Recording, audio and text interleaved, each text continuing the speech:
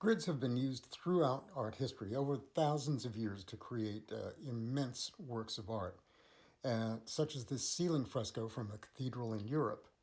But all of these gigantic works began as drawings. So here's the process. Here's the template I'm using. It's a 7x7 square, and this is the photograph that I'd like to reproduce onto this piece of drawing paper. So you can see that already I've drawn the perimeter of the grid over the photograph. Then I've made little teeny marks at all of the grid intersections. The next step is to take, ideally, a transparent ruler and construct all the vertical and horizontal grid lines. If you don't happen to have a transparent drafting triangle, you can just make one very, very carefully. Protect your hands, cutting a triangle off the back of your drawing pad, and then, like I said, complete the grid. So you can see here that I've completed the grid, and then I've created a new blank grid on my drawing paper.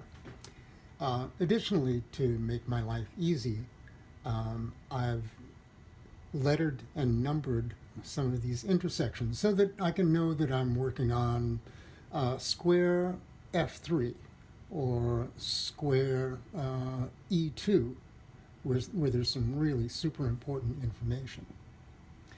And you can see that I've also started doing some of the drawing, transferring some of these really critical marks from individual squares to individual squares one-to-one. And it makes it so easy. Instead of having one huge problem, you have 49 simple problems. Here are some useful ideas. I don't really need to pay a lot of attention to all of these coordinates. I can just be a lot more free and improvisational in all of these areas.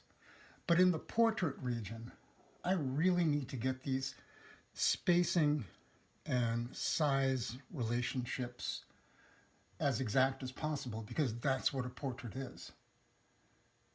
So for now, or in this phase, don't think of this image as a face. Think in terms of geometric events and mathematics. For example, think of these critical cells as having 10 value steps. 1, 2, 3, 4, 5, 6, 7, 8, 9, 10. And just like in math, you wouldn't say that 3 is kind of like 4. 3 is 3. So this event crosses this meridian at point 3, not 5, not 4, but 3. And similarly, you don't just guess at angles as you transfer them. We've talked about tilt angles in class. So you want to really measure these angles and use your pencil like it's a carpenter's tool.